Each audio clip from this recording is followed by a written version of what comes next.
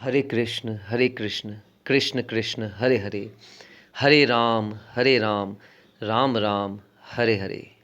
सुप्रभात हमारे सभी श्याम प्रेमियों को, हमारे सभी शिष्यों को। भक्तों, आप सभी सुरक्षित होंगे, स्वस्थ होंगे, ऐसा मुझे पूर्ण विश्वास है। आज का विषय मैं आप सबों के समक्ष जो रखने जा रहा हूँ, अधिकतर लोग इस विषय में हमसे प्रश्न करते हैं कि अच्छे लोग के जीवन में हमेशा परेशानियां क्यों आती है। तो आइए मैं इस विषय पर आप सबों से कुछ बातें करने जा रहा हूँ। भक्तों, सबसे पहले तो यह कि अच्छे लोग किसे कहा जाना चाहिए, या यह कि अच्छे लोगों की श्रेणी में कौन कौन आ सकते हैं।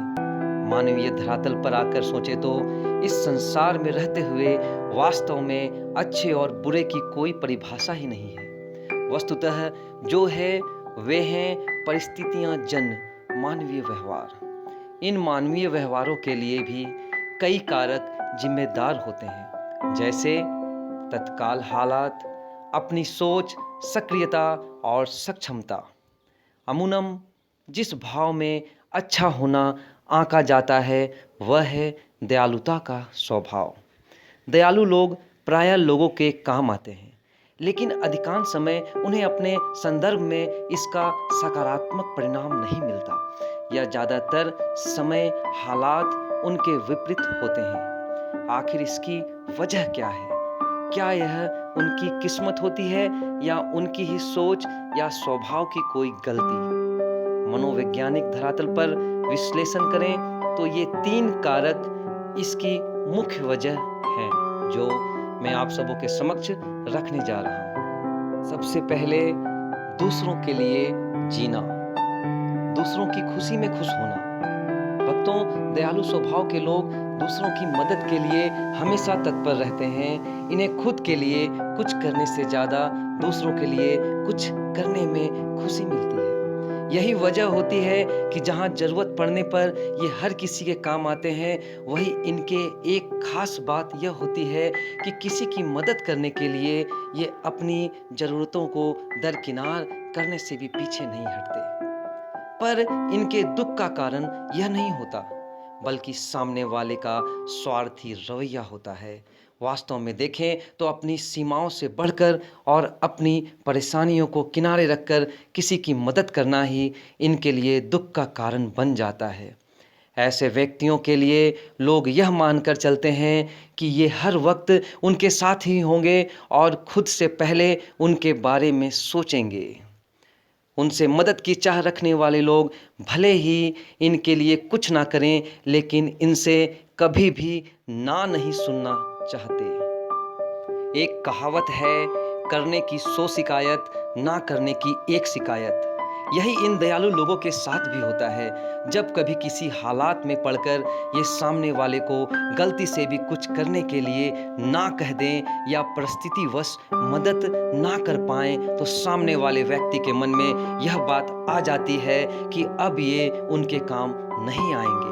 नतीजा यह होता है कि वे उनकी बातों, सोच, निर्णयों को अनदेखा करना शुरू कर देते हैं। यही बात इन्हें दुखी करती है। आपको यह समझने की ज़रूरत है कि यह आपका बुरा रवैया नहीं है जिसके लिए आपको दुखी होना चाहिए या पछताना चाहिए, बल्कि यह सामने वाला का स्वार्थीपना है, जो किसी की ज़रूरतों को समझे बिना हमेशा उसकी मदद लेना चाहता है। इसे समझते हुए आप पछतावे के भाव से निकल जाएं और अपनी प्राथमिकताओं के साथ चलें। बार बार ऐसा होना आपका दिल दुखाएगा और हो सकता है मदद करने के अपने स्वभाव को ही आप गलत मानने लगें, जबकि ऐसा नहीं है। इसलिए अपने दिल की सुने और अपने कड़वे अनुभवों का प्रभाव अपने स्वभाव पर कदापि ना आने दें। दूसरी वजह, खुद की परवाह करना स्वार्थी बनना नहीं होता। भक्तों, दयालु लोगों में एक और जो बात होती है वह यह कि ये अपने लिए शायद ही कभी भी जी पाते हैं। इनकी प्राथमिकताओं में कभी परिवार, कभी रिश्तेदार, तो कभी दोस्त आ जाते हैं, कभी ये बच्चों के स्कूल भागते हैं, कभी परिवार के साथ वीकेंड मनाते हैं, तो कभी दोस्तों के खुशी गम में शरीक होते हैं। परिणाम यह होता है इनके पास खुद के लिए ही खाली समय नहीं होता कि अपने शौक ये पूरे कर सकें, क्योंकि इनका हर कदम दूसरों को खुश करने के लिए होता है। उसे पूरा करते हुए ये अपने सपनों को पूरा करने के लिए काम नहीं कर पाते। आपको अपनी सोच में थोड़ा सुधार लाने की आवश्यकता है। आपको यह समझने की ज़रूरत है कि खुद के लिए सोचना स्वार्थी बनना नहीं होता, और दूसरों के लिए सोचने का मतलब यह नहीं होता कि आप खुद के लिए बिल्कुल ना सोचें। निस्वार्थ भाव से किसी की मदद करना और बात होती है भक्तों, लेकिन निस्वार्थ होने का अर्थ खुद की ज़रूरतों को भूल जाना नहीं होता। आपको याद रखना चाहिए कि भगवान ने हर इंसान को शरीर और मन दिया है। इसकी ज़रूरतों और खुशियों का ख्याल रखना हर व्यक्तिगत इंसान की जिम्मेदारी होती है।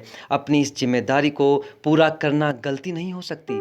हाँ, स्वार्थी होने और जिम्मेदार होने के बीच का फ़र्क अवश्य समझ लें।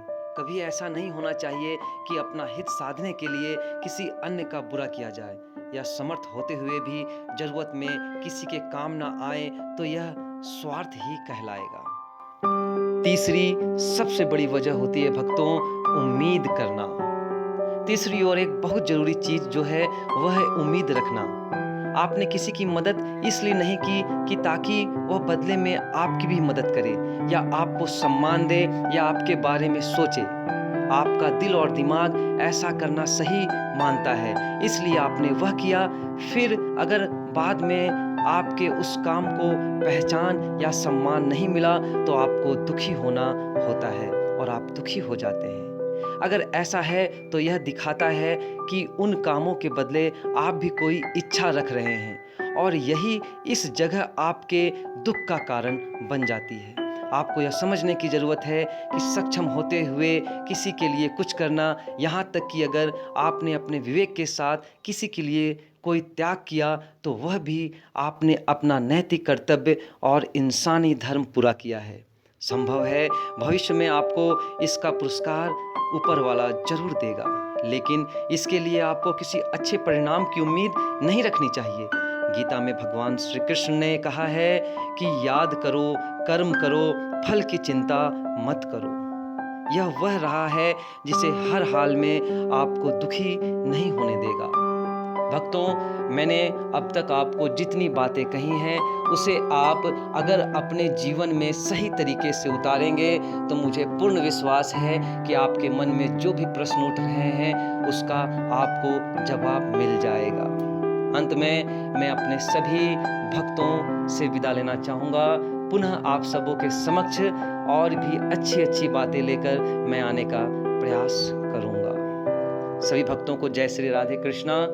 धर्म की जय हो, अधर्म का नाश हो, प्राणियों में सद्भावना हो, विश्व का कल्याण हो, गौ माता की जय हो, अपने अपने माता पिता की जय हो।